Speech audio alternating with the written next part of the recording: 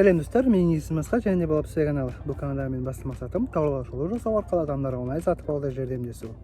Сіздер шатырды көрген шығарсыздар, бірақ бүгінгі видео шатыр жайында емес, шатыр жайында видео бір-екі аптадан кейін болады.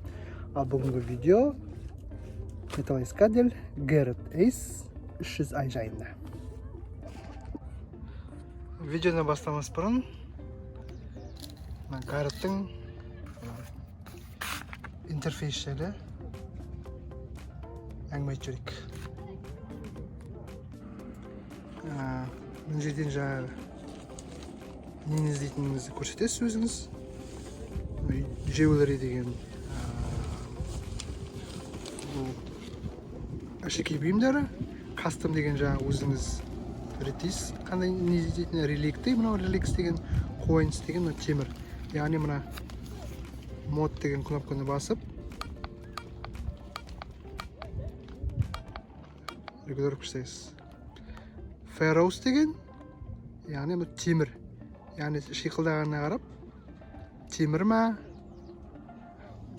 жаңағы түрлі түсті металл ма, соны айыруға болады. Яғни мына жерден жаңағы шиқылдаса, былай қарай шиқылдаса, бұл түрлі түсті металл деген сөз. Былай қарай болса, ол темір, құрамды темір. Мынау енді тереңдігі 5 см жерде жатыр, 10 см, 15, 20 см, 25, 30 см-ге шейін көрсет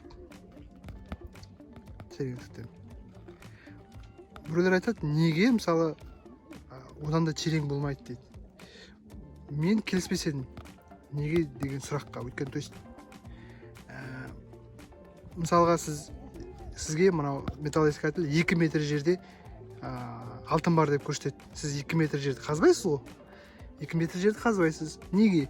Өйткені бұл аппарат металлоискатель қателесуде мүмкін. Мысалы, пивінің қақпақтарын, сыраның қақпақтарын алтын деп көрсету мүмкін.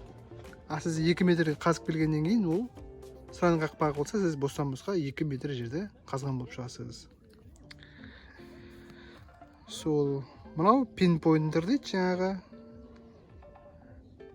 Оны да қазір көрсетемін не екен. Sensitivity жаңағы бұл сезімталдығы детектордың азайтып көбейтуге болады. Енді мысалға біз мынандай темір тауып алдыңыз. Мынандай тереңдікте бар деп көрсетіп тұр. Жақын жерде дейді.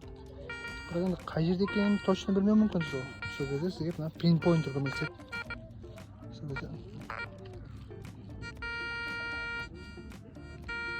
шиқылдағанына қарап, жақын ба, жақын емес міне. Мына жерде міне астында міне жатыр мына. Пинпойнтер осы үшін керек. Басып тұрасыз, сонда көрсетеді точно сол жерде екенін. Шиқылдағанына қарап.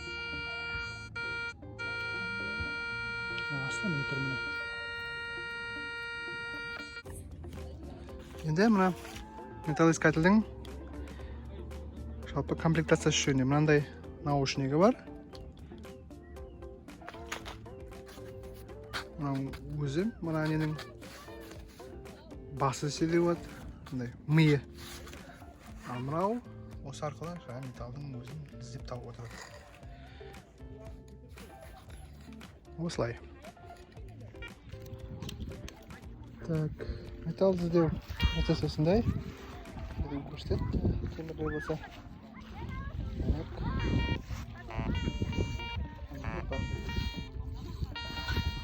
Сантиметр тереңдікте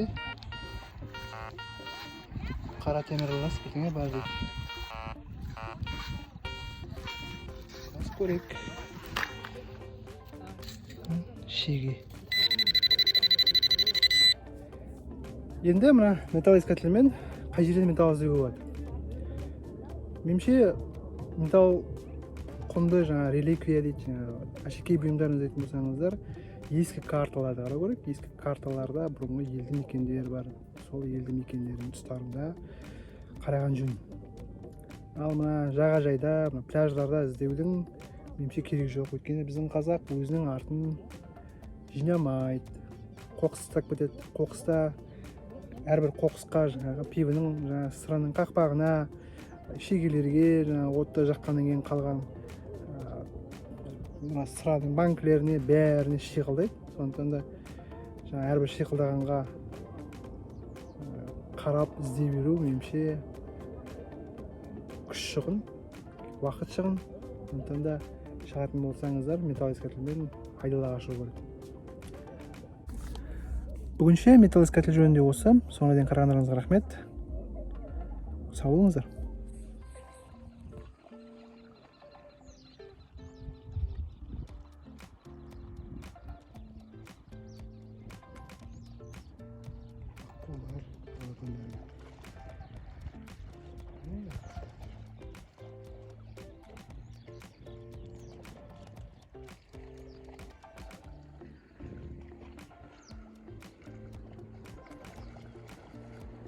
Қандай керемет.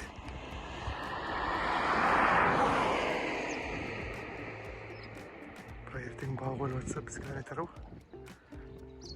Жылқы сүйіп кетеді.